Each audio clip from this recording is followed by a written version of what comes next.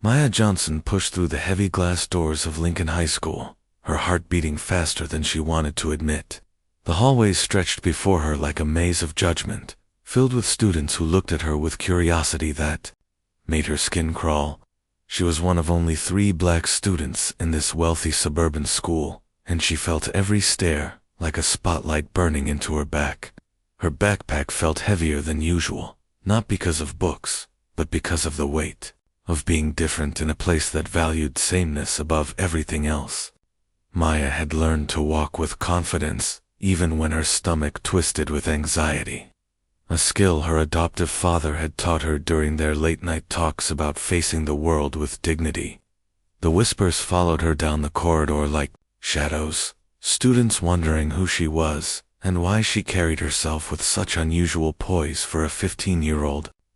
She passed groups of perfectly styled girls who looked like they stepped out of magazines, their designer clothes and effortless beauty making Maya acutely aware of her simple jeans and worn sneakers. But Maya had something they didn't recognize, yet something that came from being raised by a man who understood what it meant to be underestimated and overlooked. Her locker combination took 3 tries to open, her nervous fingers fumbling with the numbers while students streamed past her, their conversations painting pictures of weekend parties she would never be invited to in social hierarchies she had no interest in climbing. When she finally got her locker open, someone deliberately bumped into her from behind, sending her books crashing to the floor in a spectacular display that drew even more attention. "Sorry about that," came a voice that didn't sound sorry at all, dripping with fake concern that fooled no one.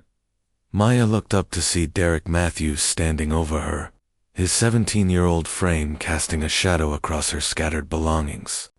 Derek had the kind of cruel smile that promised trouble, the look of someone who enjoyed making others uncomfortable and had built his entire reputation on the fear he could create in weaker students.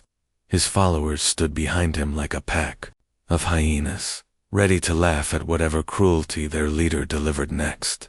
Maya gathered her books in silence, her jaw clenched tight as she remembered her father's words about choosing battles carefully and never letting anyone see you break. "You might want to be more careful," Derek continued, his voice loud enough for everyone in the hallway to hear. "Wouldn't want you to get hurt on your first day."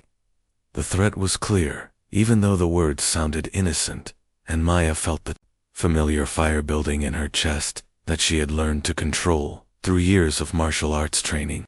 She stood up slowly, meeting Derek's eyes with a steadiness that seemed to surprise him, and for just a moment she saw something flicker across his face that might have been uncertainty. But the moment passed quickly, replaced by the familiar sneer of someone who had never been challenged and didn't plan to start now. Maya walked away without a word, feeling Derek's eyes burning into her back and hearing his laughter echo through the hallway like a promise of worse things to come. Her first class was chemistry, where she took a seat in the back and tried to disappear into the periodic table on the wall. But even there, she could feel the weight of curious stares and whispered questions about the new girl who had somehow gotten under Derek Matthews' skin. The teacher, Mrs. Peterson, seemed kind enough, but Maya had learned not to trust adult promises of protection when teenagers were involved in the real business of high school survival. Lunch was worse than she had imagined. A social minefield where every table represented a different category of student, and she belonged to none of them. Maya found an empty table in the corner and unpacked her homemade sandwich, trying to ignore the laughter that seemed to follow her everywhere she went. That's when Derek struck again, this time with an audience of half the cafeteria watching. As he approached her table with his signature swagger, "Is this seat taken?" he asked, not waiting for an answer before sitting down across from her. "I wanted to properly welcome you to our school." His words were honey over poison, sweet on the surface but deadly underneath, and Maya could see the trap being set, even as she struggled to find a way out of it. Derek started asking questions that seemed innocent, but were designed to embarrass and isolate her, wanting to know where she lived, what her parents did for work, why she thought she belonged in their school. Maya answered carefully, revealing nothing about her unusual family situation. But Derek was persistent, like a predator who sensed weakness and moved in for the kill. "You seem different," he said finally, his voice dropping to a whisper that somehow felt more threatening than his earlier loud performance. "I can't figure you out yet, but I will." The promise in his words sent a chill down Maya's spine. But she met his gaze without flinching, drawing on reserves of strength that came from being loved unconditionally by someone who had taught her that her worth wasn't determined by the opinions of bullies and cowards. When Derek finally left her table, Maya knew this was only the beginning of something that would test everything her father had taught her about courage, dignity, and the true meaning of family strength. The harassment started small, but grew like a disease spreading through the school halls, with Derek Matthews orchestrating each cruel moment like a conductor leading an orchestra of teenage cruelty. Maya found her locker door covered with racist graffiti on Tuesday morning. The ugly words scratched deep into the metal like scars that wouldn't heal, and when she reported it to the principal's office, somehow the custodian had already cleaned it away with no evidence left behind except the memory burning in her mind. Derek was always nearby when these things happened, wearing that satisfied smile of someone who knew exactly how to torture without getting caught. His presence like a dark cloud that followed Maya through every corridor and classroom. Her textbooks disappeared from her desk during gym class, found later torn and scattered across the parking lot. And when she tried to tell her teachers what was happening, they gave her sympathetic looks but offered nothing more than suggestions to ignore the problem until it went away. The other students watched, like spectators, at a gladiator fight, some feeling sorry for Maya, but too afraid of Derek's reputation to risk becoming his next target, while others secretly enjoyed the drama and whispered about it in groups that fell silent whenever Maya walked past. Her lunch tray was knocked from her hands 3 times that week, sending food flying across the cafeteria floor, while Derek's followers laughed like hyenas and filmed everything on their phones, creating a collection of humiliation videos that they shared among themselves like trophies. Maya cleaned up each mess with quiet dignity, her father's voice echoing in her head about the strength that comes from refusing to let others see you break. But inside she felt pieces of herself cracking under the constant pressure of being hunted in a place where she was supposed to feel safe. The worst part wasn't the physical harassment or even the racist comments that Derek whispered just loud enough for her to hear, but never loud enough for adults to catch. It was the isolation that came from being marked as different in a school where conformity was survival and standing out in any way made you pray. Maya started eating lunch in empty classrooms, hiding from the predatory attention that followed her everywhere, and she began to understand why so many kids dropped out rather than face another day of systematic cruelty disguised as teenage behavior. Her grades started slipping, not because she couldn't do the work, but because concentration became impossible when you spent every moment waiting for the next attack, never knowing when Derek would strike or what form his cruelty would take next. The breaking point came on a Friday afternoon when Maya thought she had escaped safely to the parking lot. Her mind already focused on the weekend sanctuary of home, but Derek had been waiting for her like a spider in its web. He stepped out from behind a row of cars with 4 of his followers, their phones already recording what they clearly expected to be the best show yet, and Maya felt her stomach drop as she realized she had walked straight into a carefully planned trap. The circle of students that formed around them seemed to appear from nowhere, drawn by some invisible signal that promised entertainment at her expense, and Maya found herself surrounded by faces that looked at her like she was an animal in a zoo rather than a fellow human being deserving of basic respect. Well, Derek said, his voice carrying across the parking lot like an announcement. "Looks like our little princess finally decided to face me alone." His words were designed to make her sound cowardly for avoiding him, twisting her survival instincts into something shameful, and Maya felt the familiar anger starting to build in her chest like a fire that threatened to consume everything her father had taught her about self-control. Derek began his performance for the cameras, circling her like a predator while making comments about her appearance, her family, and her right to exist in their school. Each word calculated to cut deeper than the last and designed to provoke a reaction that would justify whatever violence he was planning. The crowd grew larger as word spread through social media that something big was happening in the parking lot. Students running from all directions like they were rushing to see a car accident, their phones held high to capture every moment of Maya's humiliation for posterity. "What's wrong, girl?" Derek taunted, stepping closer until Maya could smell the cheap cologne he used to cover the scent of cigarettes and anger. "Where's all that attitude you had in the cafeteria?" He shoved her shoulder hard enough to make her stumble backward, and the crowd gasped in anticipation of what would come next while Maya struggled to maintain the composure that had been her shield for so many weeks. Her hands were shaking, not with fear, but with the effort of controlling years of martial arts training that screamed at her to defend herself, to show this bully and his audience what real strength looked like. But her father's voice whispered warnings about the consequences of violence and the importance of choosing battles wisely. Derek pushed her again, harder this time, and when Maya tried to step around him, he blocked her path like a wall of malice and teenage testosterone, his followers cheering him on like he was some kind of hero, instead of a coward who needed an audience to feel powerful.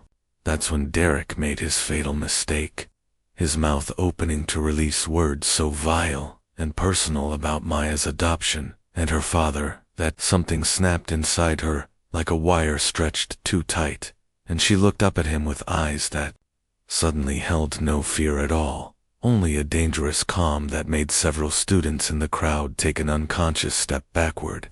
"You need to stop," Maya said quietly, her voice carrying a warning that Derek was too drunk on power and attention to recognize.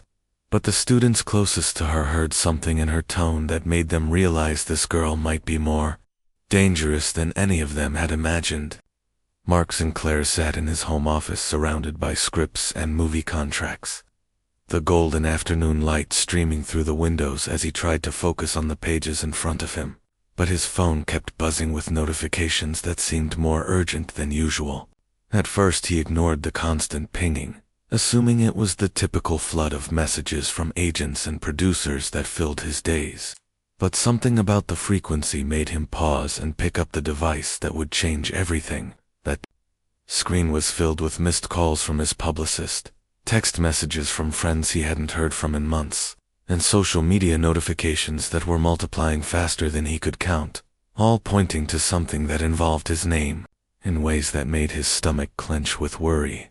His best friend Dom had sent a message that simply read, "Dude, you need to see this now," followed by a link that Mark hesitated to click, knowing that in his world, bad news traveled at the speed of light and usually involved either career disasters or family emergencies. When he finally opened the link, his blood turned to ice as he watched a shaky phone video of his daughter, Maya, being surrounded by a crowd of teenagers in what looked like a school parking lot, her small frame dwarfed by a much larger boy who was clearly the aggressor in whatever drama was unfolding. The video quality was poor, and the audio was muffled by wind and crowd noise, but Mark could see his baby girl's face clearly enough to recognize the fear she was trying so hard to hide, the same expression she wore during thunderstorms when she would crawl into his bed, seeking comfort from the man she called Papa in their quiet moments together. Derek Matthews filled the screen like a nightmare, his voice carrying enough malice to make Mark's hands shake as he watched this stranger torment the most precious thing in his world, and every protective instinct that had been dormant since Maya entered his life 3 years ago roared to life like a sleeping dragon awakened by threats to its treasure. The boy was shoving Maya, his words too garbled to understand completely, but clear enough in their intent to humiliate and intimidate. While dozens of students stood around recording everything like they were watching a movie instead of witnessing the systematic destruction of a young girl's dignity and safety. Mark watched his daughter stumble backward from another push, saw her trying to maintain the composure he had taught her about facing bullies and critics. But he could also see the moment when something inside her started to break under the pressure of weeks, or maybe months, of torture that she had never mentioned to him. His phone rang with a call from his security team leader, a man who had worked with celebrity families for 20 years, and knew how quickly situations like this could spiral into national headlines and public relations disasters that destroyed careers and reputations overnight. "Mark, we have a problem," came the voice through the speaker. Professional and calm, but with an underlying tension that suggested this was bigger than just one viral video.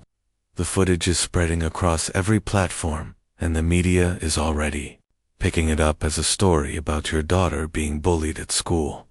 Mark barely heard the rest of the conversation about damage control and media strategies, because his mind was locked on the image of Maya's face in that video.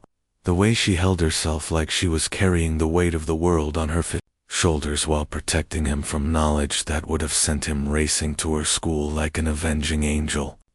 He hung up the phone and immediately tried calling Maya's cell, but it went straight to voicemail, which meant she was either in class or had turned it off to avoid the flood of attention that was probably already overwhelming her social media accounts and making her school day even more unbearable than usual. The house felt too quiet and too big as Mark paced from room to room, his mind racing through scenarios that ranged from calling his lawyer to driving straight to Lincoln High School and confronting this Derek kid face to face. But every option seemed wrong, because they all involved taking control away from Maya and turning her personal nightmare into a public spectacle. More videos appeared online as the afternoon wore on, each one showing different angles of the same incident. And Mark realized with growing horror that this wasn't an isolated event, but the culmination of ongoing harassment that his daughter had been enduring in silence while he lived in blissful ignorance just miles away. The comments under the videos were a mix of outrage at the bullying and excitement about the celebrity connection, with people already speculating about how Vin Diesel would respond and whether this would become another Hollywood scandal or a teaching moment about standing up to bullies and protecting children. Mark's phone continued ringing with calls from reporters, talk show producers, and advocacy groups who wanted statements or interviews. But he ignored them all, because the only voice he needed to hear was Maya's. The only conversation that mattered was the one where she would finally tell him the truth about what had been happening in the place, where she was supposed to feel safe and supported. When Maya finally walked through the front door that evening, her backpack slung over one shoulder and her expression carefully neutral, Mark was waiting in the kitchen with his phone on the counter, displaying the frozen image of her face from the parking lot confrontation. Her shoulders sagged the moment she saw the screen, and Mark watched 3 years of careful strength crumble as his daughter realized that her secret was out and the protective bubble she had built around their family life had finally burst under the pressure of teenage cruelty and social media amplification. Mark stood up slowly from the kitchen table as Maya entered the room, her eyes immediately finding the phone that displayed her worst moment, frozen in digital shame. And instead of the explosion of anger she expected from her famous father, she found herself pulled into the strongest, most protective hug of her life. While he whispered apologies for not knowing what she had been going through alone. The tears came then, weeks of stored pain and humiliation pouring out like water through a broken dam. And Mark held his daughter while she sobbed against his chest about Derek's cruelty, the isolation, the fear that admitting weakness would disappoint the man who had already given her everything by choosing to make her his family. They talked through the night in the quiet sanctuary of their kitchen, Maya's voice growing stronger as she described each incident of harassment while Mark listened with the patience of someone who understood what it meant to feel different and unwanted in places where you were supposed to belong. By dawn, something unexpected had happened between them. A shift in their relationship that moved Maya from protected child to trusted partner in deciding how to handle a crisis that could destroy Derek's future, or transform it into something meaningful and healing.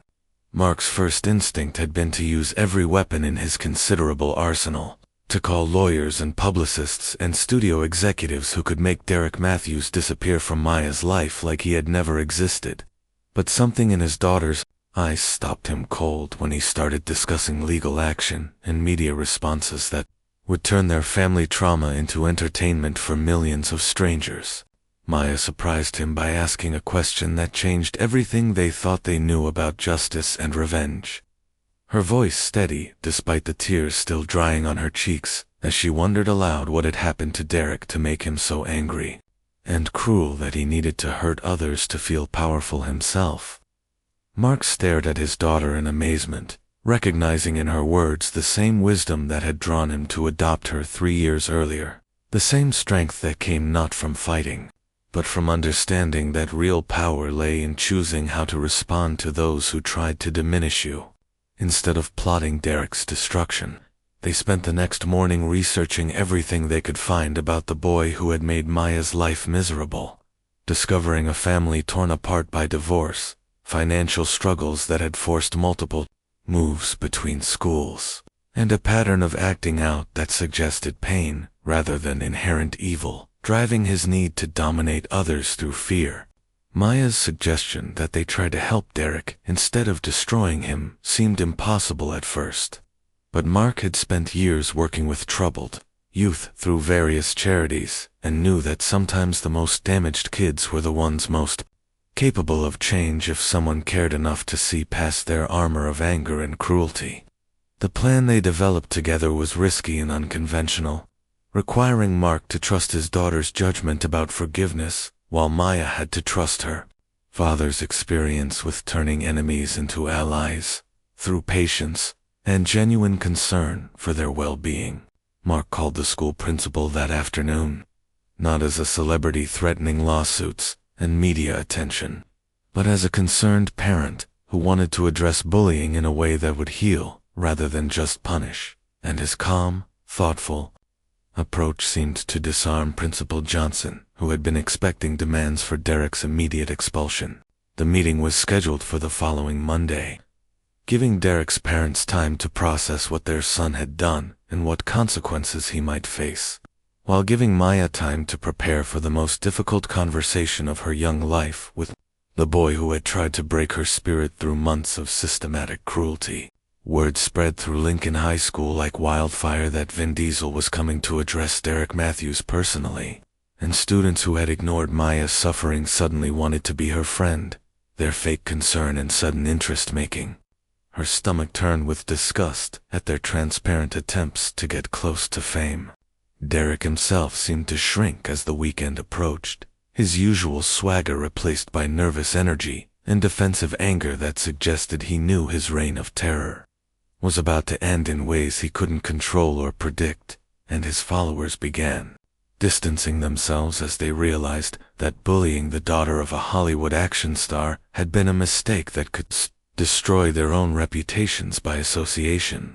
Maya returned to school on Monday with her head held high, no longer the frightened girl who had been Derek's favorite target, but a young woman who had chosen forgiveness over revenge and strength over victimhood, carrying herself with the confidence that came from knowing she was loved unconditionally by someone who would move mountains to protect her.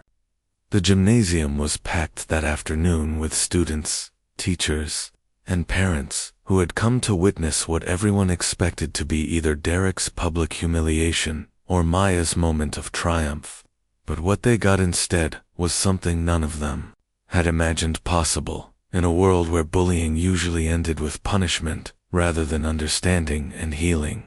Mark took the stage with Maya beside him, their presence commanding attention, not through threats or demands for justice, but through the quiet power that came from choosing to see their enemy as someone who needed help rather than someone who deserved destruction. And the silence in that room was complete, as everyone waited to see how this story would end. The gymnasium fell into complete silence as Mark stepped forward to the microphone, his presence filling the space not with the commanding authority of Dominic Toretto from the movies, but with the quiet strength of a father who had learned that real power came from choosing love over revenge and understanding over anger. He began speaking not about bullying or consequences, but about his own childhood, growing up feeling different and out of place, being judged by his appearance and background, struggling to find where he belonged in a world that seemed designed for people who looked and acted nothing like him. The students who had come expecting a typical celebrity lecture about being nice to each other found themselves listening to raw honesty about pain, rejection, and the desperate need to belong. That drove people to hurt others as a way of protecting themselves from their own wounds. Mark's voice carried across the packed gymnasium as he described the day he met Maya. How this incredible girl had taught him that family wasn't about blood or biology, but about choosing to love someone so completely that their happiness became more important than your own pride or need for revenge. Maya stood beside her father with quiet dignity, no longer the frightened girl who had been Derek's target, but a young woman who had discovered that true strength meant having the courage to extend grace to those who had tried to destroy you.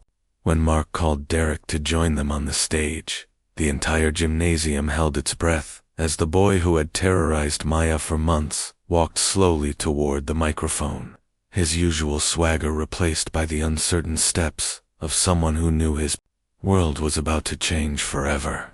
Derek looked smaller under the bright lights, younger and more vulnerable than anyone had ever seen him, and Maya felt something shift inside her chest as she saw him, not as the monster who had made her life miserable, but as a broken kid who had used cruelty to mask his own pain and fear. The question that Maya asked Derek in front of hundreds of witnesses shocked everyone in the gymnasium, including Derek himself, who had prepared for public humiliation or angry accusations but found himself facing genuine curiosity about what had happened to him that made hurting others seem like his only option for survival. For a long moment, Derek stood frozen at the microphone, his mouth opening and closing like he was drowning in the unexpected kindness. And then something inside him cracked open like an egg, and the truth came pouring out in broken sentences about parents who screamed at each other every night, about moving from school to school because of money problems, about feeling powerless in his own life and taking that rage out on anyone who seemed weaker or different. The gymnasium was so quiet that everyone could hear Derek's voice shaking as he described the loneliness that ate at him like acid. The way he had learned that making others afraid was the only way to feel strong when everything in his personal life made him feel small and helpless and invisible. Maya listened to Derek's confession with tears in her eyes. Not because she felt sorry for him, but because she recognized the same need to belong, the same fear of rejection that had driven her to hide her own struggles rather than risk disappointing the people she loved most. Mark watched his daughter step closer to Derek, her hand reaching out to touch the shoulder of the boy who had tried to break her spirit, and he realized that in adopting Maya, he had gained not just a daughter, but a teacher who was showing him what forgiveness actually looked like when it was tested by real pain and genuine injustice. Derek broke down completely then, his sobs echoing through the gymnasium as months of buried shame and anger finally found their way to the surface. And instead of the satisfaction she had imagined feeling at seeing her tormentor brought low, Maya felt only compassion for this damaged boy who had nearly destroyed them both with his inability to process his own trauma. The transformation that began in that moment didn't happen overnight, but it started with Derek's public apology to Maya, not the empty words that adults usually forced bullies to recite, but a genuine acknowledgement of the pain he had caused, and his commitment to spending the rest of his high school years making amends through actions rather than promises. Mark announced the creation of a foundation that would support adopted children and provide resources for families dealing with bullying. But more importantly, he offered Derek something that no one in the gymnasium had expected: mentorship, support, and a chance to transform his pain into purpose by helping other kids who were struggling with the same anger and powerlessness that had made him dangerous. 6 months later, Maya and Derek weren't friends exactly, but they had developed a mutual respect that surprised everyone who remembered the hatred that had once existed between them, and Derek had become one of the most effective advocates in the school because he could reach kids who wouldn't listen to anyone who hadn't walked in their shoes. Maya found her place at Lincoln High School, not as the famous actor's daughter or the girl who had been bullied, but as herself, confident and compassionate, surrounded by genuine friends who valued her strength and kindness rather than her family connections. The story that had begun with cruelty and ended with healing became legendary at the school, not because of the celebrity involvement, but because it proved that even the deepest wounds could be transformed into wisdom when people chose understanding over revenge and growth over destruction. On a quiet evening months later, Maya sat with her father in their kitchen working on plans for the foundation. Both of them changed by the experience in ways that had made them stronger individually and as a family, and when Maya told Mark that she was proud of him for teaching her that real strength meant helping others find their own power, he looked at this remarkable young woman, who had chosen forgiveness when revenge would have been easier, and realized that the greatest role of his life wasn't any character he played on screen, but being the father of someone brave enough to heal the world, one broken heart at a time.